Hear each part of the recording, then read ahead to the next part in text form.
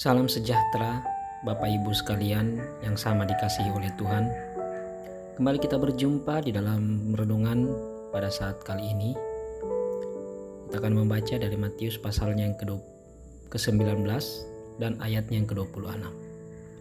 Berbunyi, sambil memandang mereka, Yesus berkata, "Bersama manusia hal ini mustahil, tetapi bersama Allah semua hal itu mungkin." Judul renungan kita kali ini implementasi tulisan Rasul Paulus. Bagi orang zaman sekarang, mengenakan kehidupan seperti kehidupan yang dilakukan Paulus menjadi mustahil. Sulit sekali, bahkan mustahil. Tetapi kita percaya apa yang difirmankan Tuhan di dalam Matius pasal yang ke-19 ayatnya yang ke-26, apa yang mustahil bagi manusia tidak mustahil bagi Allah. Mari kita melihat beberapa contoh pernyataan Paulus. Misalnya pada Filipi pasalnya yang pertama ayatnya yang ke-21.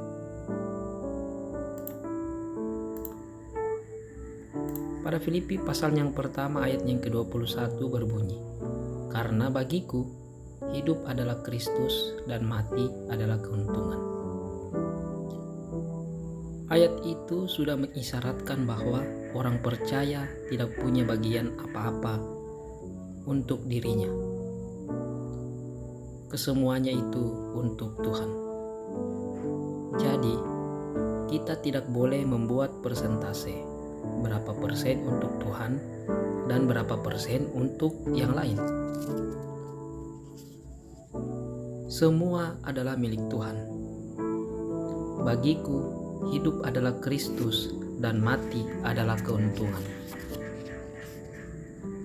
Misalnya ayat yang lain di dalam 2 Korintus pasalnya yang kelima ayatnya yang ke-14 dan 15 berbunyi, "Sebab kasih Kristus yang menguasai kami, karena kami telah mengerti bahwa jika satu orang sudah mati untuk semua orang, maka mereka semua sudah mati. Dan Kristus telah mati untuk semua orang, supaya mereka yang hidup tidak lagi hidup untuk dirinya sendiri, tetapi untuk Dia yang telah mati dan telah dibangkitkan untuk mereka." Ayat ini jelas menunjukkan bahwa kita tidak boleh memiliki bagian apapun lagi di dalam hidup ini.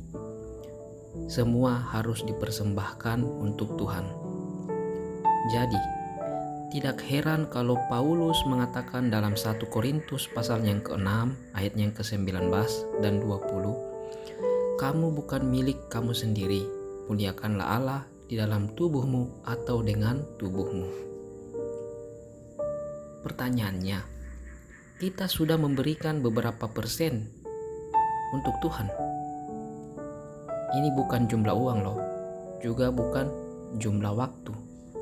Hitungannya bukan ada di waktu ataupun uang, melainkan hati Bapak Ibu semua. Ini standar, tetapi sudah mulai dibeda-bedakan. Yang full time itu segenap hidup. Jadi pendeta, rohaniwan. Kalau jemaat tidak full time, terserah berapa, serelanya saja.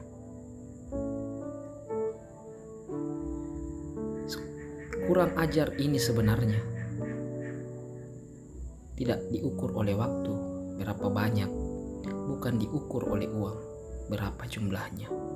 Juga bukan diukur oleh status, apakah pendeta, ataukah full timer, atau bukan. Tetapi hitungannya adalah hati kita. Makanya kita harus mendengar firman Tuhan setiap hari, mendapat pencerahan sehingga bisa mengurai apa yang kusut atau abstrak. Apa yang kusut dan abstrak yaitu segenap hidup bagi Tuhan. Masing-masing orang memiliki persoalan sendiri. Masing-masing harus mengurai karena masing-masing individu memiliki kekhasan atau kekhususan. Dan hidupku yang kuhidupi sekarang ini di dalam daging adalah hidup oleh iman dalam Anak Allah yang telah mengasihi aku dan menyerahkan dirinya untuk aku.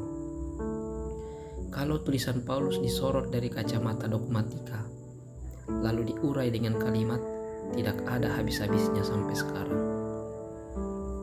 Tetapi kalau dari perspektif implementasinya, kemudian diurai setiap individu dan diperagakan ke dalam hidup, akan menjadi catatan abadi di kerajaan surga.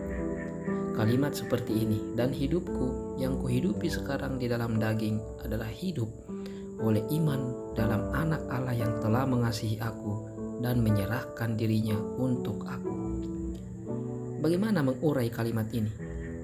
Setiap individu memiliki pengalaman yang berbeda, tetapi Roh Kudus akan menolong. Di dalam Filipi pasal 3 ayat 7-9 berbunyi, apa yang dahulu merupakan keuntungan bagiku, sekarang kuanggap rugi karena Kristus. Malahan, segala sesuatu kuanggap rugi karena pengenalanku akan Kristus Yesus.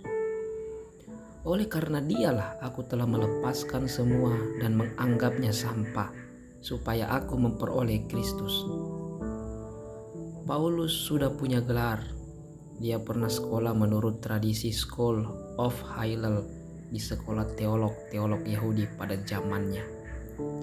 Tetapi pada zaman itu, perdebatan doktrin berbuntut pada penganiayaan. Yang salah dianggap sesat, dibuang, dibunuh, ada yang dibakar hidup-hidup. Apakah Tuhan mengajarkan hal itu? Lihat perdebatan-perdebatan di media sosial. Kata-kata yang tidak senonoh diucapkan. Kalau memahami kalimat hidupku bukan aku lagi tetapi Kristus yang hidup dalam aku, tidak mungkin Yesus bermartabat seperti orang-orang Kristen dan pendeta-pendeta yang berdebat di media sosial. Tidak jarang jemaat biasa yang tadinya rendah hati, duduk mendengar khotbah, bawa Alkitab, setelah belajar di sekolah tinggi, kuliah di STT menjadi sombong, penuh dengan kritikan dan analisis. Kamu sudah mati, hidupmu tersembunyi bersama dengan Kristus di dalam Allah. Ini ayat yang sudah bertahun-tahun kita tahu, kita sudah baca. Tuhan itu dunia kita satu-satunya. Jadi, kalau kita sudah mati bersama Kristus, hidup kamu sudah mati dan tersembunyi bersama dengan Kristus di dalam Allah. Artinya, kita tidak boleh punya keinginan apapun kecuali melakukan kehendak Bapa. Kalau tidak, kita tidak tersembunyi bersama dengan Kristus. Jadi, apapun yang kita kerjakan itu bukan karena kita punya agenda pribadi di dalam diri kita. Tidak boleh ada agenda pribadi, sama sekali tidak boleh.